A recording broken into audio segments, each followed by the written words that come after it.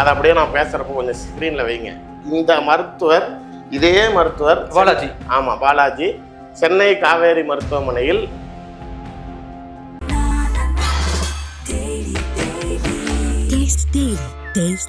நம்ம பூர்விகால MI போனை purchase பண்ணுங்க. டெக் ட்ரிவியா சேலஞ்ச்ல பார்ட்டிசிபேட் பண்ணி ஏராளமான பரிசை வெல்லுங்க. GT Holidays, South India's #1 travel brand. You know you are special when you're with GT Holidays. கவலையின்றி சுவாசியுங்கள். உலகின் தலை சிறந்த மருத்துவர்கள் நுரையீரல் புற்றுநோய் சிகிச்சை அளிக்கிறார்கள். தங்கம் புற்றுநோய் சிகிச்சை மையம், நாமக்கல் மற்றும் கான்பூர். தப்பான ட்ரீட்மெண்ட்ல பாதிக்கப்பட்டதான் அவன் பிரைவேட்டுக்கு போய் தான் தெரிஞ்சிருக்குது. கத்தி எடுத்து குத்துற அளவுக்கு அப்படி என்ன ஒரு மனநிலை வந்திருக்கு? அதுதான் போலீஸ் விசாரணை எல்லாம் அந்த பையன் சொல்றா. அப்படியே 18 ஆடியோக்கள் கொடுத்துருக்காரு. இப்போ நான் பண்ணது தப்பு தான் சார், எனக்கு என்ன தண்டனை வேணாலும் கொடுங்க ப்ளீஸ் சார், ஆனால் எங்கள் அம்மாவுக்கு நல்ல ட்ரீட்மெண்ட் கொடுக்க சொல்லுங்க. அவன் வலியை உணர்றீங்களா யாராவது கொஞ்சமாவது? ஒரு பொம்பளை புள்ள கூட இருந்தால் அம்மாவை பார்த்துக்கிறது வேற சார். அவன் குத்துனதுல இன்னும் நாளைக்கு அந்த ஆளுக்கு கோடோ குத்தலோ எதுவுமே நடக்கலை. ஓகே, ஒரு அட்டெம்ப்ட் ஆஃப் ஃபேக்டர் தான் நடந்திருக்குது. பாலாஜிக்கு விசாரித்தேன், 2 வீடு வச்சுருக்கான்.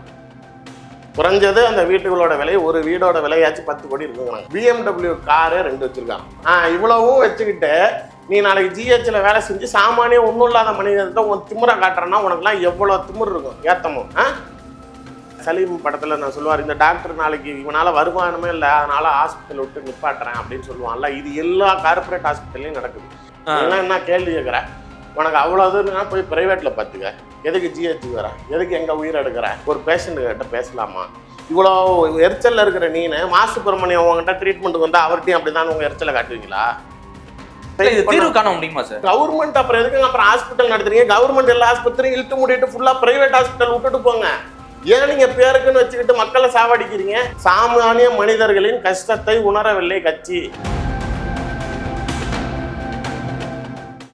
கிங் டிவி நேயர்களுக்கு வணக்கம். இன்றைய சிறப்பு நேர்காணலில் நம்மோடு இணைந்திருக்கும் சிறப்பு விருந்தினர் திருச்சி சூர்யா அவர்கள்.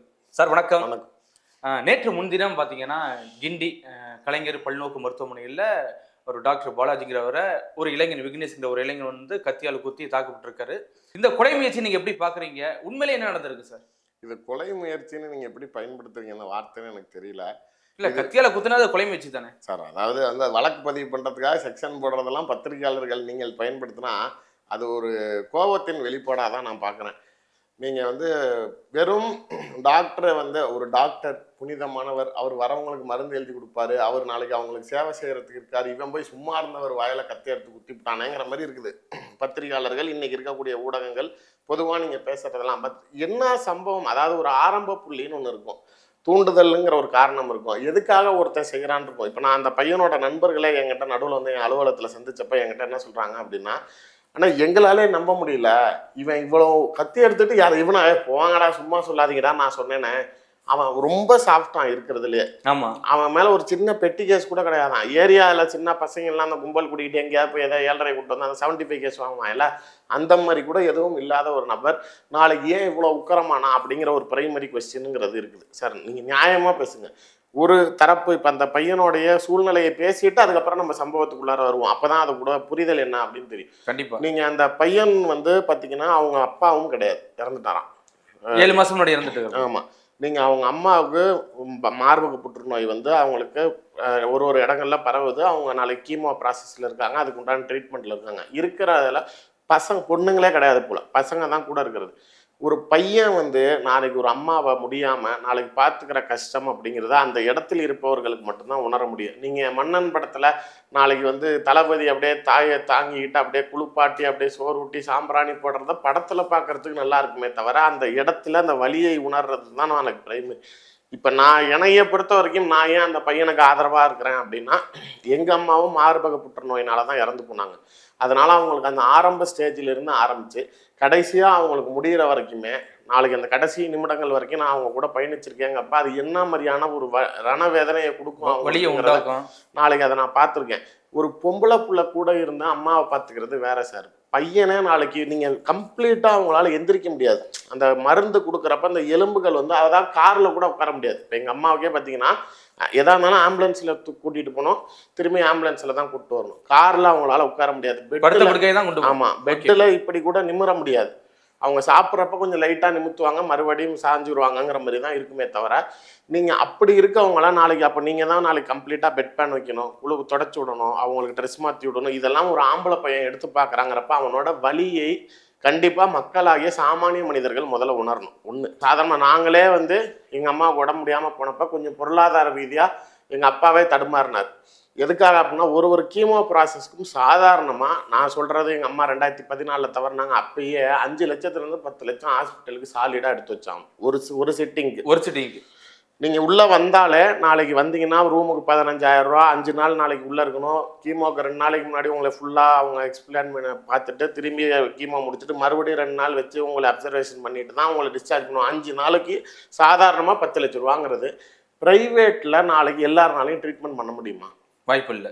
இன்னைக்கு இல்லை, இந்த பையனே பார்த்தீங்கன்னா உங்க அம்மா பிரைவேட்ல பார்த்துட்டு தான் வந்திருக்காப்புல. இல்லை, அது வந்து தான் இந்த பையன் அவங்க அம்மா பாதிக்கப்பட்டதே, தப்பான ட்ரீட்மெண்ட்ல பாதிக்கப்பட்டதே அவன் பிரைவேட்டுக்கு போய் தான் தெரிஞ்சிருக்குது.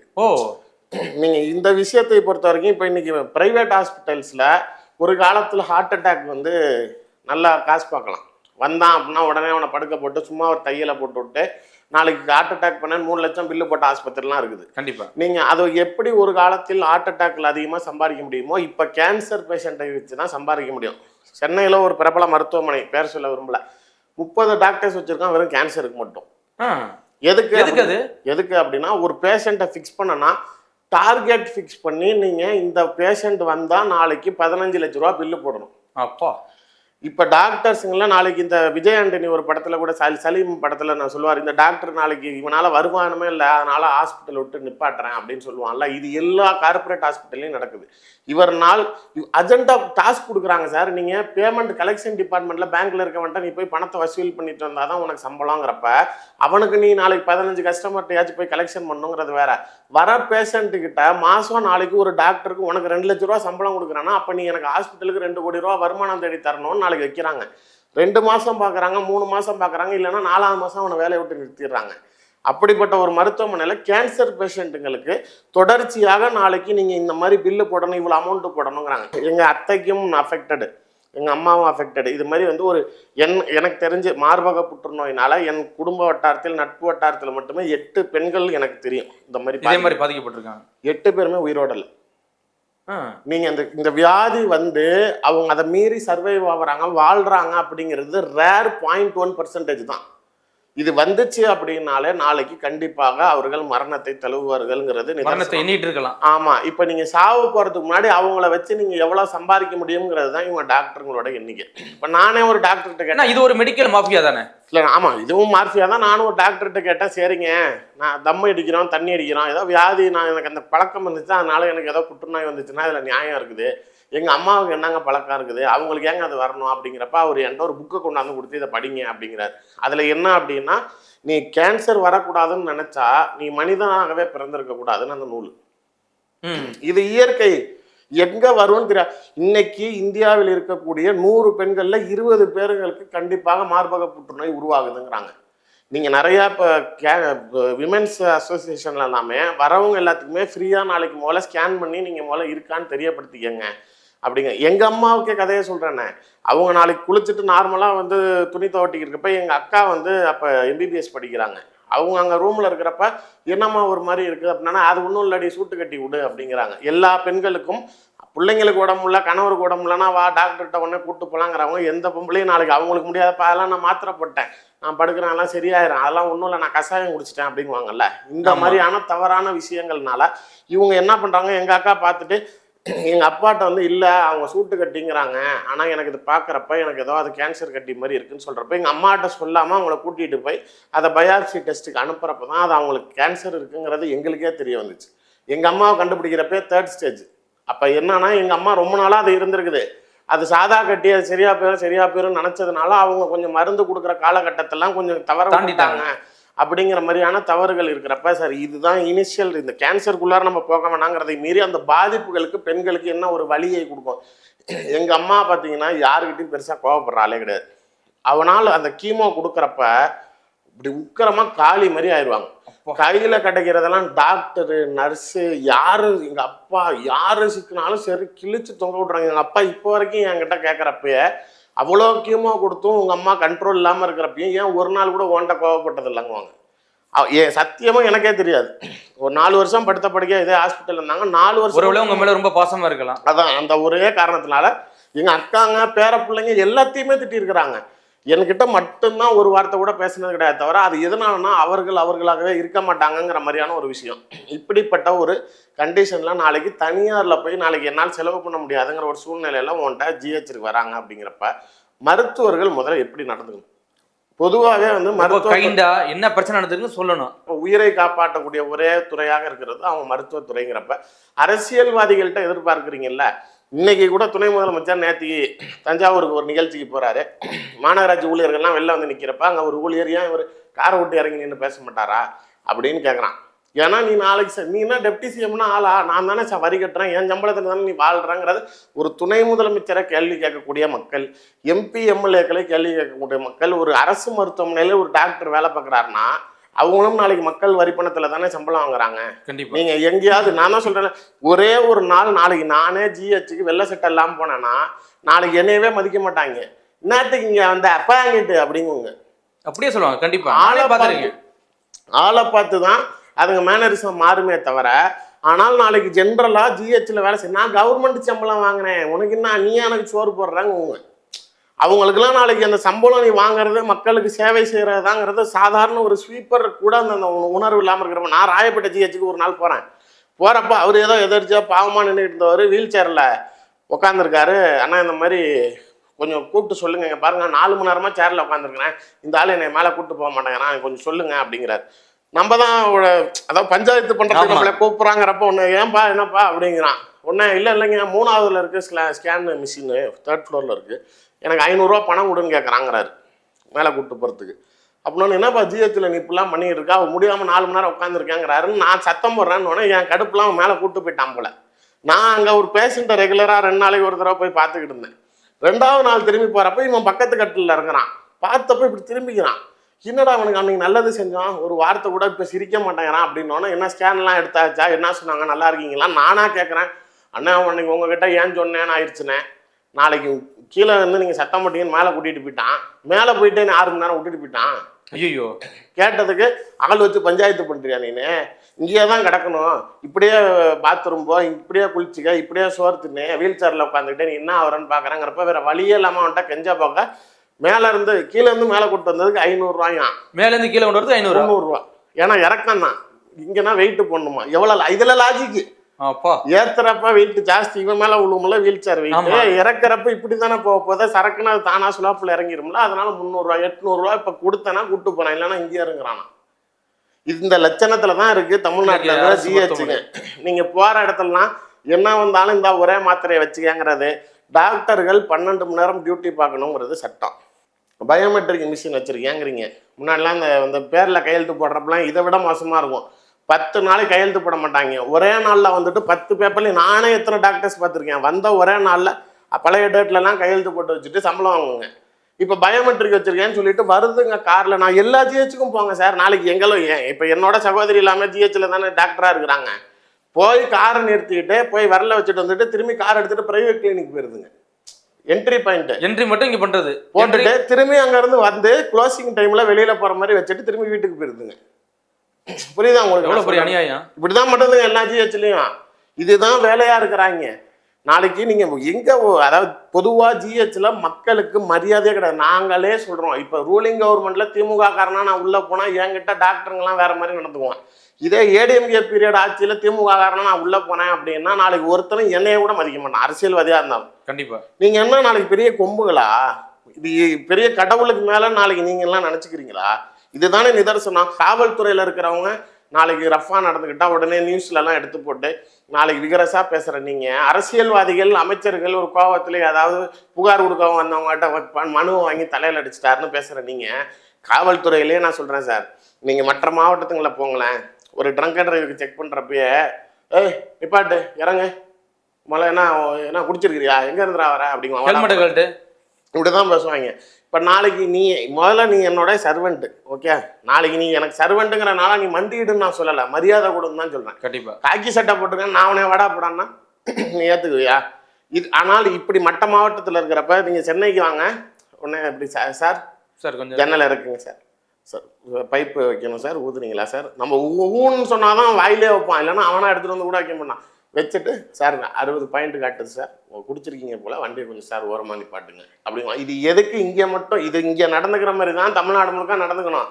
ஆனால் ஏன் சென்னையில் மட்டும் நடக்குதுன்னா, இங்கே எந்த புத்தில் எந்த பாம்பு இருக்குன்னு தெரியாது. கண்டிப்பாக சோப்புட பார்க்காரில் வருவான், இவன் ஏதாவது 7:30 கூட்டி விட்டான்னா அவன் சீஃப் செக்ரட்டரிக்கு ஃபோன் அடிப்பான், டிஜிபிக்கு ஃபோன் அடிப்பான், ஏதாவது மந்திரிக்கு ஃபோன் அடிப்பான், இவன் சட்டை கலண்டுறான், அவன் பேரை மட்டும் சொல்லுங்க, முடிஞ்சு போச்சு. இப்போ உனக்கு வேலைக்கு பிரச்சனை வருங்கிறப்ப மரியாதை கொடுக்க தெரிஞ்ச நீங்கள் நியாயமாக உங்கள் வேலையே மரியாதை கொடுத்து நடத்துவது தான் அப்படிங்கிறத உணராமல் இருக்கக்கூடிய மருத்துவர்களும் காவல்துறை அதிகாரிகளும் அரசியல்வாதிகளை மட்டும் குறை சொல்வதற்கு மக்கள் தயாராக இருக்கும்போது இந்த மாதிரி மருத்துவர்கள் நடந்துக்கிறது தப்பா? முதல்ல பாலாஜி தரப்பை தான் நம்ம இதில் எக்ஸ்பிளைன் பண்ணோம். அந்த பையனை பொறுத்த வரைக்கும் விட்டுருங்க சார். ஆமாம் சார், இப்போ இவன் கத்தி எடுத்து குத்துற அளவுக்கு அப்படி என்ன ஒரு மனநிலை வந்துருக்கு? அதுதான் போலீஸ் விசாரணை எல்லாம் அந்த பையன் சொல்கிறா. அப்படியே 18 ஆடியோக்கள் கொடுத்துருக்காரு அந்த பையன். என்ன அப்படின்னா ஒரு தடவையும் அந்த அவர் உள்ள பார்க்க போறப்ப போன் ரெக்கார்டிங்ல போட்டுட்டு அந்த ஆள் பேசுறதெல்லாம் ரெக்கார்ட் பண்ணி வச்சிருக்காங்க, அவர் எவ்வளவு மோசமா பேசுறாருன்னு சொல்லிட்டு. அந்த பையன் ரெக்கார்ட் பண்ணிருக்கான் எல்லாத்தையும் 18 ரெக்கார்டிங்கும் கொடுத்துருக்கான் போலீஸ்ல. இப்ப எதனால நீ செஞ்ச அப்படின்னு அவன் வாக்குமூலம் கொடுக்கணும்ல, அந்த வாக்குமூலத்துல இந்த ஆடியோ எல்லாம் அட்டாச் பண்ணி இதுல இன்னொரு ஹைலைட் என்னன்னா அவங்க அம்மாவுடைய ட்ரீட்மெண்ட் ரெக்கார்ட்ஸ் ஃபைலையும் கொடுத்துருக்கான். இவங்க அம்மா ஜிஹெச்சுக்குள்ளார போக ஆரம்பிச்சப்ப அவங்களுடைய உடம்பு இருந்த கண்டிஷன் என்ன, தவறான மருந்துகள் கொடுத்ததுனால அவங்களுடைய லங்ஸும் கிட்னியும் ஃபெயிலியர் ஆயிருக்குது, ட்ரீட்மெண்ட் இஷ்யூ. இப்போ இதை எப்படி கண்டுபிடிக்கிறாங்க அப்படின்னா இவர்கிட்ட ரெகுலராக தொடர்பு கொள்ள முடியலையா, எப்போ போனாலும் பார்க்கலாங்கிறது தான் ஜிஹெச்சோட இது. நீங்கள் பேஷண்ட் பாதிக்கப்பட்டிருக்கீங்கன்னா உடனே போகலாம். ஒரு நாளைக்கு 1 மணி நேரம் தான் வருவாராம், அந்த 1 மணி நேரம் தான் ஓபி பார்ப்பாராம். அதுக்குள்ளார நீங்கள் வந்து அவரை பார்த்துக்கணுமா, இல்லைன்னா அவர் இருக்க மாட்டாராம். இல்லை எத்தனை பேஷண்ட் இது மாதிரி பார்க்க முடியும்? கரெக்ட், அப்படிதான் பார்க்க முடியுமா, இல்லைன்னா பார்க்க முடியலன்னா எனக்கு என்ன, அவ்வளோ பெரிய கடவுள் அவரு, நீ செத்தா எனக்கு என்ன, அப்படித்தானே இருக்கிறாங்க. இன்னைக்கு டாக்டரோட வாயில நாளைக்கு அதுவும் சார் நான் தான் சொல்றேன்ல, நியாயப்படுத்துறதுக்காக இல்லை, ஒரு ஆதங்கத்துல ஒரு கோபத்துல அவன் செய்யறான். பட்டர் நைஃப் தானே அது, பழம் கட் பண்ற பட்டர் நைஃப். அவன் குத்துனதுல இன்னும் நாளைக்கு அந்த ஆளுக்கு கோடோ குத்தலோ எதுவுமே நடக்கல. ஓகே, ஒரு அட்டெம்ப்ட் ஆஃப் ஃபேக்டர் தான் நடந்திருக்குது. அதுக்கு உங்களுக்கு தான் தெரியுங்களா, செத்த புணத்தை உயிரோட வச்சு காட்டுறதுக்கும் டாக்டருங்களை தெரியும், அடிபடாதவனை பெருசா அடிபட்ட மாதிரி சீன் கிரியேட் பண்றதும் டாக்டருங்களுக்கு தெரியுங்கிற மாதிரி இவர் அப்படியே பெருசா செட்டிங் பண்ணி உட்கார வச்சு ரமணா பட பாணியில, ஆமா 10-20 டாக்டர்ஸ் என்னடா நாளைக்குன்னு கதையை கேட்டா அவர் தான் அந்த ஹெச்ஓடியான், அந்த டிபார்ட்மெண்ட்டுக்கு ஆன்காலஜி டிபார்ட்மெண்ட்டோட ஹெச்ஓடியான். ஸோ ஆட்டோமேட்டிக்காக அவர் கீழே இருக்கிற டாக்டர்ஸுங்கெல்லாம் இருப்பாங்கல்ல, இவங்க என்ன பண்றாங்க, நாளைக்கு டாக்டர் மேலே கை வச்சுட்டான். இந்த முதல்வன் படத்துல பாத்தீங்கன்னா அந்த பஸ் டிரைவர் வந்து நிப்பாட்டிட்டு அவன் தான் ஸ்டூடெண்ட் அடிப்பான், அடிச்சதுக்கு நாளைக்கு எல்லா பஸ்ஸையும் நிப்பாட்டும், எந்த பஸ்ஸும் ஓடக்கூடாது, தமிழ்நாடு முழுக்க ஸ்ட்ரைக்கு, நம்ம பலம் என்னன்னு காட்டணும் அப்படின்னு எப்படி வம்பிழ்ப்பாங்களோ இவங்க நாளைக்கு தேவையில்லாம தவறான ட்ரீட்மெண்ட் கொடுத்து ஒரு பேஷண்ட்டுக்கு மரியாதை எல்லாம் பண்ணிட்டு அசிங்கப்படுத்திட்டு அதங்கப்பட்டு ஒருத்தன் செஞ்சுட்டான்னு தமிழ்நாடு முழுக்க எல்லா டாக்டர்ஸும் ஸ்ட்ரைக் பண்ணு அப்படின்னா இது என்ன நியாயம்? அதாவது அவங்க அம்மாவுக்கு ரொம்ப உடம்பு முடியாமல் போயிருக்கு, நைட்டெல்லாம் வழியில் அழுகுறாங்களாம். யூஸ்வலாகவே அப்படி தான் சார் ஆகும்.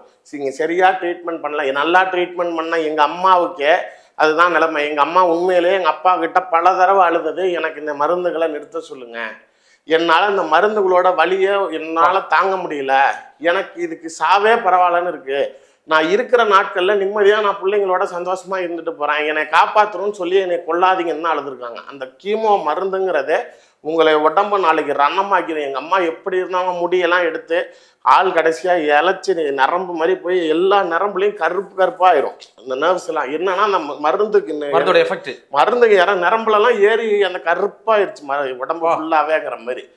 இது மாதிரி இருக்கிறப்ப அவங்க ராத்திரிலாம் தூங்காமல் ஒரு ஆம்பளை பையன் மடியிலேயே வச்சுக்கிட்டு நாளைக்கு அழுவாதமானா இப்போ இவங்களையும் தொடர்பு கொள்ள முடியல. மருத்துவர்களும் அதை தான் அந்த ஆடியோக்களில் பல இடத்துல வந்து அவர் வந்து மோசமாக கெட்ட வார்த்தையில் அந்த பேஷண்ட்டை திட்டியிருக்காரு.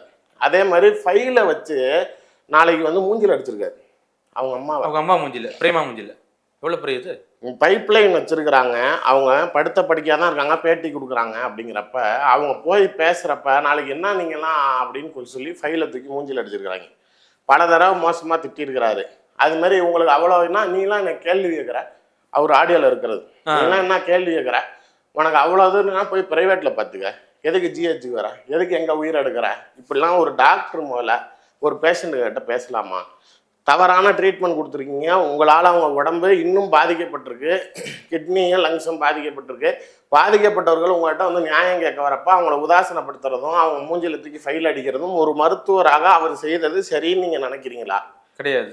நீங்க இதை மீறி அந்த பையன் தொடர்ச்சியா நாளைக்கு அவர்கிட்ட போய் ஒன்னொன்னு கேட்கறப்ப இவனுக்கு எப்ப ரொம்ப அப்செட் ஆகுதுன்னா, அந்த டாக்டர் பிரைவேட்ல போய் உங்க அம்மாவை கூட்டு போய் பார்த்த ஒரு டாக்டர் இந்த மருந்து பிரிஸ்கிரைப் கேட்பாங்கல்ல, இதுக்கு முன்னாடி என்னென்ன டேப்லெட் சாப்பிட்டு இருந்தீங்க, என்னென்ன கொடுத்தாங்க, தெரிஞ்ச வட்டத்துல கண்டிப்பா கேட்பாங்க அப்படின்னு கேட்கறப்ப இவர் ஜிஹெச்ல கொடுத்ததெல்லாம் கொடுக்க போக இது ஏன் நாளைக்கு ரெஃபர் பண்ணாங்க, இதை கொடுத்துருக்க கூடாது, இது கொடுத்ததுனால தான் அவங்களுக்கு லங்ஸும் கிட்னியும் ஃபெயிலியர் ஆயிருக்குது, இது நாளைக்கு தவறான ட்ரீட்மெண்ட், இந்த இடத்துல இவங்களை சரியா காப்பாத்திருந்தீங்கன்னா நல்லா இருந்திருப்பாங்களே அப்படின்னு அந்த டாக்டர் சொல்ல போக இந்த ஆதங்கத்துல தான் இந்த பையன் என்ன பண்றான், எடுத்துட்டு போய் நாளைக்கு அந்த கோவத்தை காட்டுறான். நான் என்ன சொல்றேன், இப்போ எனக்குமே நாளைக்கு இப்போ உங்களுக்கும் அம்மா இருப்பாங்க, எனக்கும் அம்மா இருப்பாங்க, நாளைக்கு இந்த மாதிரி ஒரு டாக்டர் பண்ணிட்டானா என்னால முடிஞ்சா நான் போய் சட்டையை ரூமா லாக் பண்ணிட்டாச்சு, சட்டையை வச்சு கொத்து 4 மழுக்குன்னு வச்சு கண்டிப்பா. எல்லா தாய்க்கும் பிரச்சனை வரப்போ ஒரு மகன் ஸ்தானத்துல இருக்கிறப்ப அந்த ஆதங்கம்ங்கிறது, சார் நான் என்ன கேட்கறேன்னா, நீங்க ஏன் நியாயத்தை நீதியை நாட வேண்டியதானே ஒரு சில பத்திரிகையாளர்கள் பேசினான். நீங்க போலீஸ் ஸ்டேஷன் போவீங்க இல்ல கோர்ட்டுக்கு போவீங்க, 2 வழி தானே இருக்கும். ஒருவேளை சட்டத்தை கையில் எடுக்கிறதா, சட்டத்தை தானே நீங்க நாடணும், தவறு நடந்திருக்கு அப்படின்னா நீங்க சட்டத்தை தானே நாடணும்னு ஒரு சில வெங்காயங்க பேசுது. அந்த வெங்காயங்களுக்கு பதில் சொல்லிக்கிறேன், நீங்க ஒண்ணு போலீஸ் ஸ்டேஷன் போகணும் இல்ல கோர்ட்டுக்கு போகணும். போலீஸ் ஸ்டேஷன் போனீங்க அப்படின்னா போலீஸ் 100% அரசு டாக்டருங்களுக்கு தான் சப்போர்ட் பண்ணுவாங்க. எதனால சொல்றேன்னா, அரசு ஊழியர்களுங்கிறதுனால இல்ல, இந்த போலீஸ் டிபார்ட்மெண்ட்டே காப்பாத்துறது டாக்டர்ஸ் தான். போஸ்ட்மார்ட்டம்ல சில விஷயத்த மறைக்கணும், இல்லாத விஷயத்தை எழுதி கொடுங்குவான், நாளைக்கு ஜெயிலுக்கு போறதுக்கு முன்னாடி அவனையாச்சும் காலை உடைச்சு விட்டுருவான், அவனா விழுந்தான் நாளைக்கு சர்டிஃபிகேட் கொடுங்குவான், உடைச்சது தெரியக்கூடாதுங்குவான், அடிபட்டவனுக்கு சிம்பிள் இன்ஜுரின்னு கொடுங்குவான், ஒண்ணுமே பெரிய அடி இருக்கும் அவனுக்கு ஒண்ணுமே இல்லைன்னு எழுதி கொடுங்குவான். இந்த 2 பேர் டிபார்ட்மெண்ட்டும் இணைஞ்சாதான் போலீஸ் நாளைக்கு ஒன்று ஜட்ஜு முன்னாடி வந்து டாக்டர் கொஞ்சம் மாத்தி சொன்னாலும் இவங்க காக்கி சட்டை கலந்துரும். கண்டிப்பா.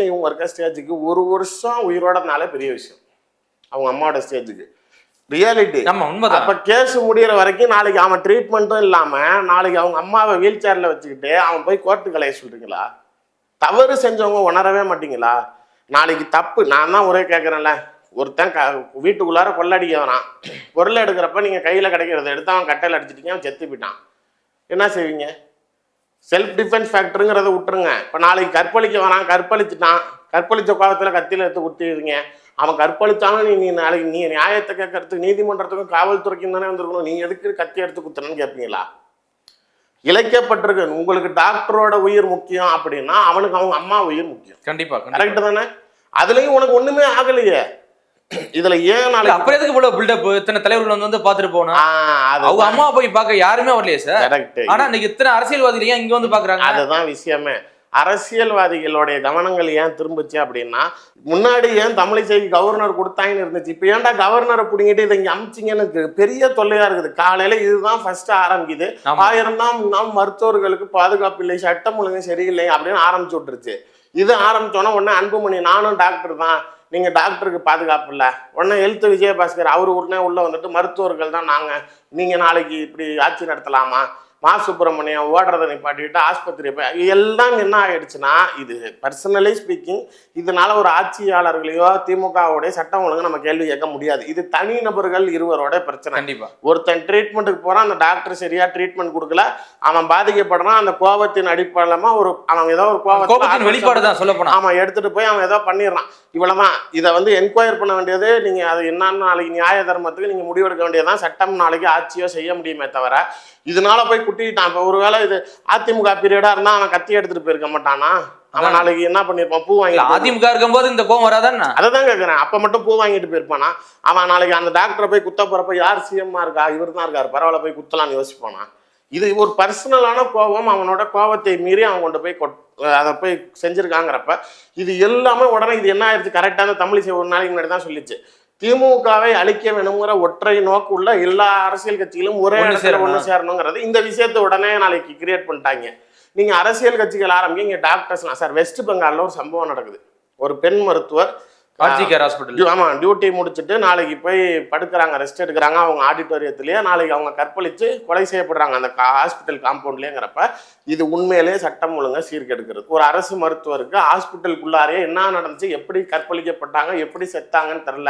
அதுவும் மாற்றி மாற்றி கவர்மெண்ட் மாற்றி ஸ்டேட்மெண்ட் கொடுக்குது. அவங்களோட அந்த போஸ்ட்மார்ட்டம் எடுக்கிறப்ப அவங்களோட ஸ்மாம்ஸ் கவுண்ட்லாம் எடுத்து பார்க்குறப்ப ஒரு தனி நபருடைய அளவு இந்த அளவுக்கு இருக்காது, 4 பேராச்சும் செஞ்சுருக்கணுங்கிறாங்க. அப்போ யார் அந்த 4 பேர்னே தெரில. ஒரே ஆள் அந்த வேலை செஞ்ச ஒரு பைத்தியக்கார மாதிரி காம்பவுண்டரை பிடிச்சி வச்சுக்கிட்டு இவன் தாங்கிறாங்க. 4 பேர் யாருன்னா நாளைக்கு கவர்மெண்ட் மூடி மறைக்குது. அங்க இருக்கிற கம்பவுண்டர் கூட இல்ல, அவர் ஃப்ரெண்ட்ஸா போலீஸ்ல. ஆமா, அப்படிங்கிற மாதிரி அவனை வச்சுட்டு அவன் ஒரு பைத்தியங்கிறாங்க, மனநல பாதிக்கப்பட்டவங்கிறாங்க. அப்படி இருக்கிறப்ப இப்போ கவர்மெண்ட் அங்கே ஏதோ தில்லுமுள்ளு பண்ணுது. இதுக்காக இந்தியா முழுக்க நீங்கள் மருத்துவர்கள் ஸ்ட்ரைக் பண்ணீங்க, நம்ம ஆதரவு கொடுக்கலாம். இதுக்கு நாளைக்கு எல்லா டாக்டர்ஸும் ரோட்டில் வந்து உட்காருங்கன்னா இப்போ இந்த உட்கார்ந்ததுனால என்ன ஆச்சு? நான் அன்னைக்கே கேட்டேன், இந்த சம்பவம் நடக்கிறப்ப நான் ஒரு டிவியில் இன்டர்வியூ கொடுக்குறப்ப மற்ற ஆஸ்பத்திரியில் இருக்க பேஷண்ட்லாம் என்ன பாவம் பண்ணாங்க. அதானே, நீங்கள் டாக்டர் படித்தது மற்றவர்கள் உயிரை பாதுகாக்கிறதுக்கு தானே. இந்த ஜெய்பீம் படத்தில் வழக்கறிஞர்கள்லாம் வெளியில் போராட்டம் நடத்துவான்.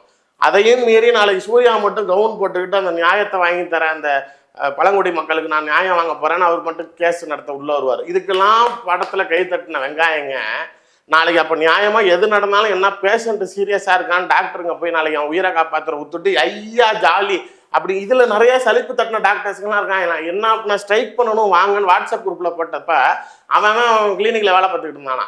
இது என்ன பெரிய தலைவலியா இருக்கு, இருக்கிற வேலையை விட்டுவிட்டு ஸ்ட்ரைக் பண்ண வாங்கன்னு கூப்பிடுறாங்கன்னு என்கிட்ட 2 டாக்டருங்க புலம்புறாங்க. ஓ, அரசு டாக்டர், அரசு மருத்துவர். ஆமா, நீங்க அதாவது ஸ்ட்ரைக் பண்றது காம்பவுண்டுக்குள்ளார வாங்கன்ட்டாங்களாம், வேலையை விட்டுவிட்டாங்க வர சொல்றாங்க அப்படிங்கிறாங்க. இப்ப இதே மாதிரி எல்லா டாக்டருங்களும் ஸ்ட்ரைக் பண்ணாங்க. இன்னைக்கு ஒரு உயிர் போச்சா? இன்னைக்கு அதுக்கு என்ன டாக்டர் சொல்ல போறாங்க? அவங்க சொந்தக்காரங்க எல்லாம் கேக்குறாங்கல்ல, ஒரு டாக்டருக்கு ஒன்னொன்னு எல்லாரும் குரல் கொடுத்தீங்களே, இப்ப செத்து போன என் தம்பி என்ன தப்பு பண்ணா, இதுக்கு யார் குரல் கொடுப்பீங்கன்னு கேக்குறான்ல. நியாயமா இல்லையா அவன் கேட்கறது? சார், இதுல பாலாஜிக்கு எதனால ஒரு இவ்வளவு பெரிய முக்கியத்துவம்? இது முதல்ல அரசியல் ரீதியா அந்த சூழ்நிலைகள் உருவாக்கப்படுது. எல்லா கட்சி தலைவர்களும் இதை பேசி உடனே கவர்மெண்ட்டுக்கு என்ன ஆயிடுச்சு, ஐயோ என்னடா கொலை நடந்துருச்சு, ஆம்ஸ்டாங் வழக்கெல்லாம் நாங்க சரின்னு கமிஷனரை போட்டோம், ஸ்ட்ரிக்ட் பண்ணாரு, இங்க எதுவும் கொலை நடக்கிறது இல்லை, சட்டம் ஒழுங்கு நல்லா இருக்குன்னு இப்பதான்டா மூச்சு விட்டேன், அதுக்குள்ளார ஆரம்பிச்சுட்டாங்க கட்சிங்கன்னு இவரு உடனே பதனாயி இதுக்கு இவ்வளோ பேர் போக வேண்டிய அவசியமே இல்லை. துணை முதலமைச்சர் visit, city commissioner visit, ADGP போறாரு, டிஜிபி போறாரு, ஹெல்த் மினிஸ்டர் போறாரு. எதுக்கு? இப்போ பாலாஜியை புனிதனா காட்டிட்டீங்களே நீங்க. அதுதான், அதாவது ஆட்சியாளர்கள் உடனே நீங்க போய் யாரை நாளைக்கு சமரசம் பண்ணீங்க சொல்லுங்க, யாரை பேசுனீங்க? அந்த டாக்டரை காம் டவுன் பண்ணா அப்படின்னா தான் இந்த மேட்டர் ஆஃப் ஆகும். நீங்க அந்த டாக்டர்கிட்ட முதலமைச்சர் வரைக்கும் ஃபோன் பண்ணி பேச வச்சுட்டீங்க. முதலமைச்சர் பேசினப்ப அந்த டாக்டரை விட்டு என்ன தெரியுமா கேட்டாராம், நான் ரிட்டையர் ஆக போறதுக்கு இன்னும் ஒரு 5 வருஷம் தான் இருக்குது, இதே ஹாஸ்பிட்டல்லே நான் இருந்துக்கிறேன். எப்படி யூஸ் பண்றான் பாருங்க. வேற என்ன செய்வார் சிஎம் அந்த டைம்ல? அப்படின்னு தானே சொல்லுவாங்க. ஆமா, அப்படிதான் சொல்ல முடியும். இப்ப இந்த சூழ்நிலை எதுக்கு அதே ஹாஸ்பிட்டல் கேட்கணும்? இல்ல, அதாவது வேற எங்கேயாச்சும் ஜிஹெச்சுக்கு மாத்தி விட்டீங்கன்னா இந்த பிரச்சனை ரைஸ் ஆகி அவன் ஒரு மறைமுக டிமாண்ட் மாதிரி தான் வைக்கிறான். நீ இதை செஞ்சு பயன்படுத்துற, ஆமா நீ இதை செஞ்சு தரியா, நான் அதை பண்றேன் அப்படிங்கிற மாதிரி பண்றான். அப்படிங்கிறப்ப இது எதுக்கு கேட்கறேன்னா சார், டாக்டர்ஸுங்க தமிழ்நாடு ஃபுல்லா ஸ்ட்ரைக்கு, அரசியல் கட்சி தலைவர்கள் திமுகவோட சட்டம் ஒழுங்கு சரியில்லை அப்படிங்கிறாங்கிறப்ப மீடியாக்கள் மட்டும்தான் போய் அந்த பாதிக்கப்பட்ட விக்னேஷுங்கிற தாயார்ட்டையும் சகோதரட்டையும் போய் பேட்டி எடுக்கிறாங்களே தவிர எந்த அரசியல் கட்சி தலைவராவது இல்லை நாளைக்கு அமைச்சராவது இவங்க முதலமைச்சராவது துணை முதலமைச்சராவது அந்த பாதிக்கப்பட்ட அம்மாவுக்கு போறானா அவன் அந்த பையன் அவன் வாய்ஸ் ரெக்கார்டு சொல்றான், வாக்குமூலத்தில் என்ன நடந்துச்சுன்னு சம்பவத்தை போலீஸ்ட்ட சொல்றப்ப நான் கடைசியா சொல்றப்ப நான் பண்ணது தப்பு தான் சார், எனக்கு என்ன தண்டனை வேணாலும் கொடுங்க ப்ளீஸ் சார், ஆனால் எங்கள் அம்மாவுக்கு நல்ல ட்ரீட்மெண்ட் கொடுக்க சொல்லுங்க. அவன் வலியை உணர்றீங்களா யாராவது கொஞ்சமாவது? நீங்க உங்க ஆட்சிக்கு கெட்ட பேர் வரக்கூடாது, இதுல நியாயமா சட்டம் ஒழுங்கை பத்தி பேசுறதுக்கு அவசியமே கிடையாது ஒண்ணு. ஆனா எல்லாம் பேச ஆரம்பிச்சுட்டான்னு உங்களே ஒரு டாக்டர் ஒரு மனுஷனை குற்றவாளி ஆக்கியிருக்காரு சார், இதே பெரிய தப்பு தான். அவ்வளவுதானே, அவன் முதல் குற்றவாளி கிடையாது, டாக்டர் தான் முதல் குற்றவாளி. இதற்கு இன்னொரு விஷயம் இருக்குது, இதுல ஏன் இவங்க டாக்டர் இவ்வளவு சப்போர்ட் பண்ணாங்கிறப்ப இந்த வெளி அழுத்தத்தினால தானா அப்படின்னு நான் யோசிக்கிறப்பதான் எனக்கு இன்னொரு பக்கத்து தகவல் வருது. என்ன அப்படின்னா, அரசு மருத்துவர்கள் தனியார் மருத்துவமனையில் வேலை செய்யக்கூடாது, சொந்த மருத்துவ கிளினிக் வச்சுக்க கூடாது. இது சட்டத்தில் இருக்கா இப்ப? ஆமாங்க, நீங்க உண்மையிலேயே அது உங்களுக்கு நீங்க ஃபுல் டைம் ஒர்க்கரா இருக்கணும் ஜிஹெச்ல. You should not have a private hospital. இன்னொரு பிரைவேட் கிளினிக்குங்கிறத விட பிரைவேட் ஹாஸ்பிட்டல்லையும் வேலை செய்யக்கூடாது. நீங்க அரசு மருத்துவமனையிலையும் வேலை பார்த்துக்கிட்டு நீங்க இன்னொரு தனியார் மருத்துவமனையிலும் வேலை பார்த்தீங்கன்னா, புரிதலுக்கே சொல்றேன், நான் முதல்வன் படத்துல ஒன் டே சிஎம்மா வருவாரு. ஆமா, கிளினிக்ல இல்லாம ஜிஹெச்ல இல்லாம டாக்டர் அங்கேயே இருந்துக்க சொல்லியிருந்தா கம்ப்ளீட்டா கேன்சல் பண்றாங்க. இதுதான் நாளைக்கு ரூல். பிரைவேட்ல இருக்கக்கூடாது. கிளினிக் நடத்துறது தெரிஞ்சா உடனடியாக அரசு வேலையில் இருந்து நீக்கப்படுவீர்கள். என்னுடைய சகோதரியே இப்ப இருக்கிறாங்க அப்படின்னாலுமே அவங்க கிளினிக்னு அப்படி நீக்கப்புறம் தான் ஒட்டுமொத்த டாக்டரையும் தூக்குற மாதிரி இருக்குமே சார். கரெக்ட். அது பொய்யா மறைச்சிக்கிட்டு இருந்தாங்கல்ல. இப்ப நான் உங்களுக்கு ஒரு ஆதாரம் அனுப்புறேன், அதை அப்படியே நான் பேசுறப்போ கொஞ்சம் ஸ்கிரீன்ல வைங்க. இந்த மருத்துவர், இதே மருத்துவர் பாலாஜி, ஆமா பாலாஜி, சென்னை காவேரி மருத்துவமனையில் டாக்டராக பணிபுரிகிறார். இப்ப வரைக்கும் இருக்கு. அவர் அரசு மருத்துவர்ல சொல்றாங்க. அதுதான் விஷயமே. இவர் இங்கே அந்த 1 hour 12 மணி நேரம் டியூட்டி பாக்குறப்ப 1 hour வந்து ஓபி பாக்குறாருல, மீதி நாளைக்கு 10 மணி நேரம் காவேரி மருத்துவமனை, மீதி 11 மணி நேரம் காவேரி ஹாஸ்பிட்டல். அதான் வேலை பார்த்துக்கிட்டு இருக்காரு. இப்ப இதுல இன்னொரு ஹைலைட் என்ன, காவேரி மருத்துவமனையோட முதலாளி யாரு? கேஎன்ஆர். கேஎன்ஆருக்கு திமுகவுக்கும் சம்பந்தம் இருக்கா? ஐயோ நிறைய சம்பந்தம் இருக்குது. இப்ப நாளைக்கு அவர் ஆஸ்பத்திரியில இருக்கிற டாக்டர் ஒருத்தரை நாளைக்கு நீங்க சாதாரணமா கை வச்சிட முடியுமா? அப்போ நாளைக்கு ஆட்சியாளர்கள் உங்கள் மந்திரியோடைய மருத்துவமனையில் வேலை செய்கிற ஒரு டாக்டருங்கிறதுனால அப்போ இன்னும் நாளைக்கு அந்த டாக்டருக்கு நீங்கள் உதவிகரமாக இருந்திருக்கீங்கிறது இந்த விஷயத்துல தான் தெரிய வருது. நீங்கள் அப்போ இதனால தான் அவர் காப்பாற்றப்படுறாங்க. ஆமாம், நீங்கள் டாக்டர்ஸ் சட்டம் ஒழுங்கு பிரச்சனையை விட எதுக்குடா இல்லை சார் இப்படி தனியார் ஒர்க் பண்ணிட்டு எப்படி அரசு மருத்துவமனையில் ஒழுங்காக வேலை செய்ய முடியும் சார்? எப்பயும் இது மாதிரி பிரச்சனை தான் வர செய்யும். இந்த ஹெச்ஓடிஸுங்க கொஞ்சம் ரொம்ப பவர் சென்ட்ரிக்காக இருப்பாங்க இந்த டிபார்ட்மெண்ட். இவங்க ப்ரொஃபஸர்ஸாகவும் இருக்கிறனால இவங்க நிறைய ஸ்டூடெண்ட்ஸை தயார் பண்ணுறதுனால இங்கேருந்து ரமணா படம் மழி வச்சுக்கோங்க. ஆமாம், விஜயகாந்த் மாதிரி இங்கேருந்து எல்லா ஹாஸ்பிட்டலுக்கும் ஆள் அனுப்புறது, இவர் பேரை கேட்டாலே ஐயோ அவரு கூட எனக்கும் கிளாஸ் எடுத்தார் அப்படின்னு சம்மந்தமே இல்லாமல் ஒருத்தன் குரல் கொடுப்பான். இது மாதிரி இவங்க பெரிய சீனியர் டாக்டர்ஸ்க்கும் இவர் தான் பாஸ், இவர் தான் கன்சல்டேஷன் பண்ணுறது. இவங்களுக்கு என்ன தெரியுமா, அரசு இவங்களுக்குலாம் இந்த எதுக்கு கவர்மெண்ட்ல இருக்கிறாங்க அப்படின்னா ஜிஹெச்ல டீன் ஆகிறதுக்கு. டீன் தான் உச்சகட்ட பவர் சென்டர் பதவி. அதுக்காக நீங்க வெளியில இப்போ பிரைவேட்லயே இருந்துகிட்டு நீங்க இருந்தா எவ்வளவு நாள் வச்சிருப்பான்? சம்பளம் இல்லையே கொடுப்பான், மரியாதை கிடையாது, வெளியில தெரியாது. ஆனால் உங்களுக்கு அதிகார பதவி வேணுங்கிறப்ப நீங்க ஜிஹெச்ல இருந்தா தான் ஒரு டீனுங்கிற கேட்டகரிக்கு வர முடியுங்கிறதுக்காக தான் இந்த மாதிரியான நபர்கள்லாம் நாளைக்கு ஜிஹெச்ல பேருக்குன்னு இருந்துகிட்டு பிரைவேட்ல கொண்டு போய் மற்ற வேலை பார்க்கறது. சார் நீங்க நியாயமா அரசாங்கம் இதில் என்ன தெரியுமா பண்ணியிருக்கணும், நீங்க அந்த பையனை கத்தியை வச்சு குத்துனதுக்கு நாளைக்கு நீங்க கேஸ் போட்டீங்க, அவனை ரிமாண்ட் பண்ணிட்டீங்க, ரைட். அந்த பையன் பேட்டி கொடுக்குற பையன் சொல்றான் இப்போ என் தம்பி தான் அம்மா கூட இருந்தான், அவன் தான் பார்த்துக்கிட்டு இருந்தான், இப்போ அவனையும் நீங்கள் ஜெயிலில் போட்டீங்க, இப்போ நான் ஒருத்தன் தான் இருக்கேன், எனக்கு எங்கள் அப்பாவும் இல்லை, எங்கள் தம்பி என் கூட இல்லை, நானும் எங்கள் அம்மாவும் கஷ்டப்படுறோம் அப்படிங்கிறப்ப இப்போ ஒரே ஒரு பையன் தான் அந்த அம்மாவை பார்த்துக்கிறான். சரி, இருந்தவனையும் தூக்கிட்டு போய் ஜெயிலில் போட்டீங்க, ரைட். அது பண்ணதுக்கு அவன் பண்ணதுக்கு தண்டனை அனுபவிச்சு தான் அவன், அது யாரும் இங்கே தடுக்கலை. மருத்துவர் மேலே யார் நடவடிக்கை எடுத்தீங்க? ஓப்பனாக இன்னொன்று சொல்கிறேன், அவங்க அறிக்கையை கொடுத்துருக்காங்க கமிஷனர் ஆஃபீஸ்லேருந்து. அங்கே இருக்கிற எல்லா பேஷண்ட்டுக்கிட்டையும் இந்த டாக்டரை பற்றி விசாரிச்சிருக்காங்க. எல்லா பேஷண்ட்டுகளும் இந்த டாக்டர் மேலே பெரிய புகார் பட்டியல் வாசிச்சிருக்காங்க. தெரியும்ல சார், அப்ப டாக்டர் மேல தப்பு இருக்குல்ல? ஆமா. எல்லா பேஷண்ட்டுகிட்டையும் அவர் ரஃபா நடந்திருக்காரு, எல்லாத்துக்கிட்டையும் உதாசனப்படுத்தியிருக்காரு, எல்லாத்தையும் எரிச்சல் பட்டு தான் பேசியிருக்கிறார்.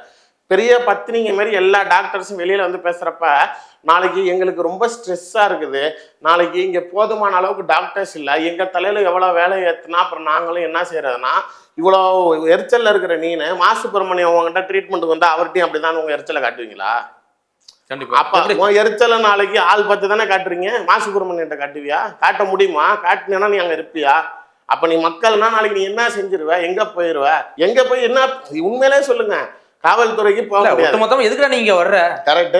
அதான் காசு இல்லங்கிறதுனால தானே ஜிஹெச்சுக்கு வரான். அப்ப நீ வேணா பிரைவேட்டுக்கு போய்க்கங்கிறது, இல்ல நாளைக்கு இவங்களே நாளைக்கு நான் வேணா அந்த டாக்டர்கிட்ட கூப்பிட்டு சொல்றேன் நீ போறியாங்கிறது. நியாயம் வேணும்னு போலீஸ் ஸ்டேஷனுக்கு போனாலும் கிடைக்காது. இப்போ இறந்து போன குடும்பம் நாளைக்கு ரோட்டில் வந்து உட்காந்தது 2 மணி நேரம் நியூஸில் போடுவீங்க, அதுக்கப்புறம் டிஐபிஆர்லேருந்து எல்லா சேனலுக்கும் ஃபோன் பறக்கும், என்ன நியூஸை நிறுத்துறியா இல்லை அரசாங்க விளம்பரத்தை நிறுத்த வாங்குவாங்க. அப்போ நியூஸ் எல்லாத்தையும் நாளைக்கு ஸ்டாப் பண்ணிடுவீங்க. 2 மணி நேரம் தான். திரும்பியும் அப்புறம் கூப்பிட்டு லோக்கலில் ஏதாவது மந்திரியை விட்டு நாளைக்கு அந்த குடும்பத்துக்கு செட்டில்மெண்ட் பண்ணி நாளைக்கு அவங்கள பாடி வாங்கிட்டு போக வச்சுட்டிங்கன்னா இது மறைஞ்சிரும். அமுக்கிறதுக்கு தான் பாக்குறீங்க. இப்ப கூட இன்னைக்கு அந்த பாடியை வந்து எங்கே நிறுத்தக்கூடாது அப்படின்னு சொல்லி தான் அனுப்பிச்சிருக்காங்களா? காவல்துறை மிரட்டி தான் அனுப்பிச்சிருக்காங்க. நீங்க அப்படி இருக்கிறப்ப இது நாளைக்கு தீர்வு காண்றதுக்கு நீங்க எங்க முயற்சி செய்யறீங்க? இப்ப இந்த மருத்துவர்கள் தீர்வு காண முடியுமா சார்? கண்டிப்பா முடியுமே, கண்டிப்பா முடியுங்க. என்னங்க இது இல்லைங்க கவர்மெண்ட், அப்புறம் எதுக்குங்க அப்புறம் ஹாஸ்பிட்டல் நடத்துறீங்க? கவர்மெண்ட் எல்லா ஆஸ்பத்திரியும் இழுத்து மூடிட்டு ஃபுல்லா பிரைவேட் ஹாஸ்பிட்டல் விட்டுட்டு போங்க. ஏன் நீங்க பேருக்குன்னு வச்சுக்கிட்டு மக்களை சாவடிக்கிறீங்க?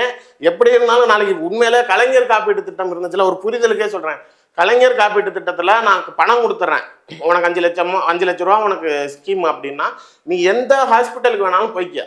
நீ போயிட்டு நீ அந்த கார்டை கொடுத்தனா அவங்க பணத்தை எடுத்துக்கிட்டு நீ நல்லா பிரைவேட்ல கூட போய் நாளைக்கு நீ ட்ரீட்மெண்ட் எடுத்துக்க அப்படின்னு சொல்லி தான் கலைஞர் கொடுத்தாரு. இதுல பல பேர் என்ன பண்ணிவிட்டான், உங்களுக்கு ஆதார் இருக்கா வாங்க அப்படின்னு சொல்லி உங்களுக்கு ஸ்கீமை போட்டு விட்டு பணமே நீங்க கட்ட வேணாம் வாங்கன்னு சொல்லி உங்களுக்கு பல்ல கொடுக்குறேன்னு 5 லட்ச ரூபா பில்லை போட்டு விட்டு இங்க 5 லட்ச ரூபா பில்லை போட்டு இது மாதிரி பல பேர் இன்னும் 2 கிளினிக் கட்டிட்டான். ஜெயலலிதா அவனோட என்ன பண்ணிட்டாங்க, ஜிஹெச் சரி ஏன் இது வெளியில இவ்வளோ ஃபண்ட்ஸ் போகுது, இதனால அரசாங்கத்துக்கு அதிகமாக லாஸ் ஆகுது, பயனடைஞ்சவங்களோட பணம் ஜாஸ்தி ஆகுதுங்கிறப்ப தான் இது வெளி ஹாஸ்பிட்டலில் செய்கிறதுனால அப்படி இருக்கு. அப்போ ஜிஹெச்ல செய்ய வேண்டியது தானே, ஜிஹெச்ல அதுக்கு உண்டான ஃபெசிலிட்டி இல்லைன்னொன்னா அதுக்கு இந்த செலவு பண்ணுற காசை எல்லா ஜிஹெச்லையும் வாங்கி எல்லா மிஷினையும் போட்டுட்டாங்க. சூப்பர். இப்போ முதல்வர் காப்பீட்டு திட்டத்தை நீ ஜிஹெச்ல மட்டும்தான் பயன்படுத்த முடியும், பிரைவேட்டுக்கு போக முடியாது அப்படிங்கிற மாதிரி அவங்க கொண்டுட்டு வந்தப்ப மாற்றங்கள் ஆட்சியாளர்களால் கொண்டுட்டு வர முடியும். அதை ஏன் நீங்க செய்ய மறுக்கிறீங்க? சார் சுத்தமா எங்க எல்லா இடத்துலயும் ஓட்டையா இருக்கு சார்.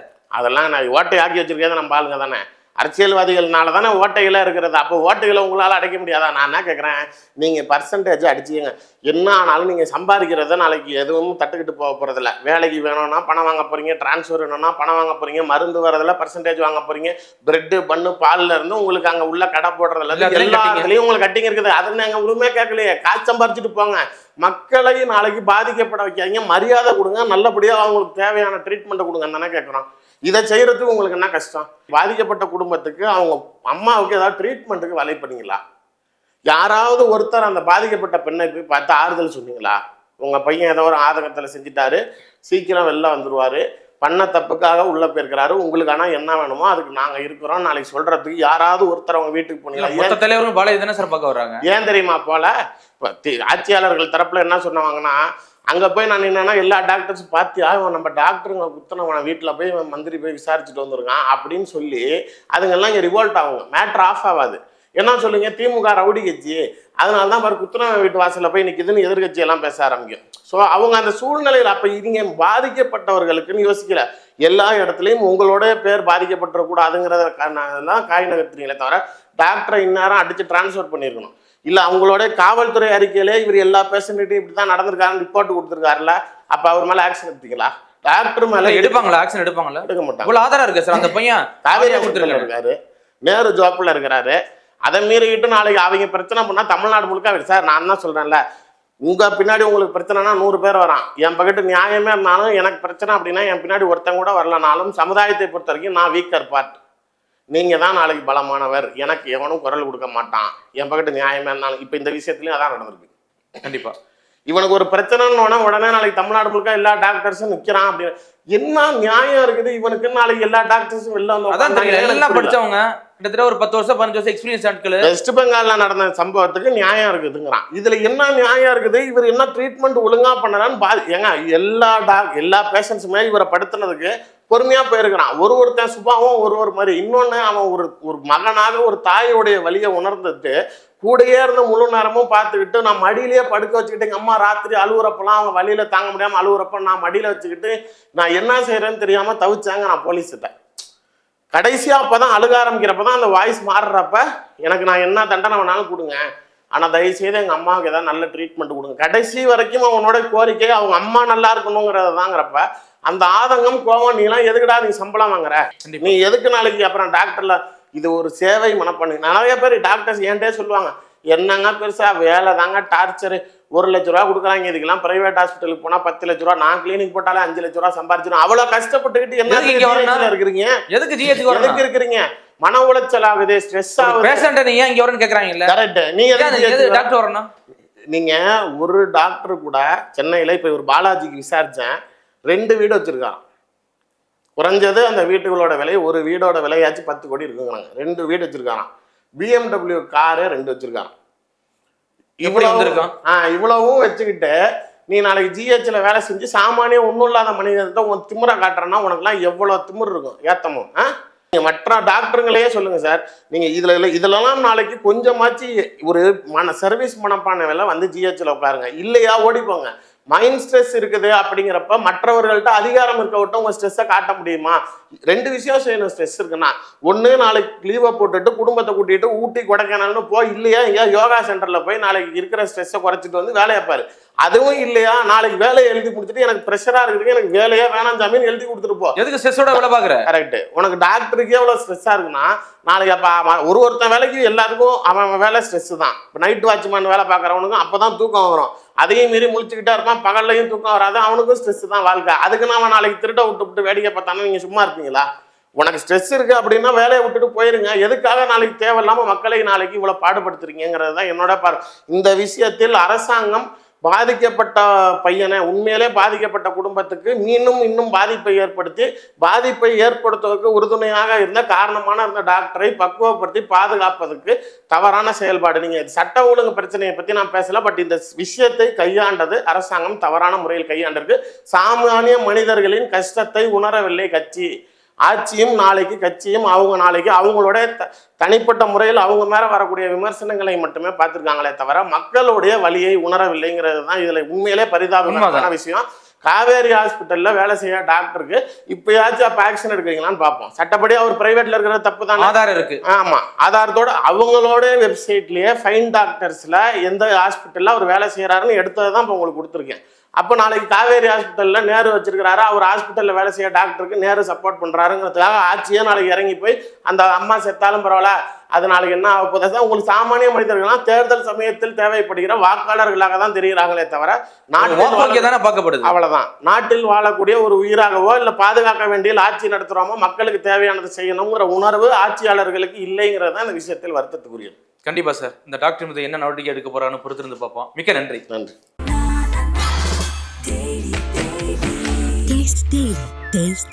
நம்ம பூர்விகால MI போனை பர்ச்சேஸ் பண்ணுங்க. டெக் ட்ரிவியா சேலஞ்ச்ல பார்ட்டிசிபேட் பண்ணி ஏராளமான பரிசை வெல்லுங்க. GT Holidays, South India's #1 travel brand. You know you are special when you're with GT Holidays. கவலையின்றி சுவாசியுங்கள். உலகின் தலை சிறந்த மருத்துவர்கள் நுரையீரல் புற்றுநோய் சிகிச்சை அளிக்கிறார்கள். தங்கம் புற்றுநோய் சிகிச்சை மையம், நாமக்கல் மற்றும் கான்பூர்.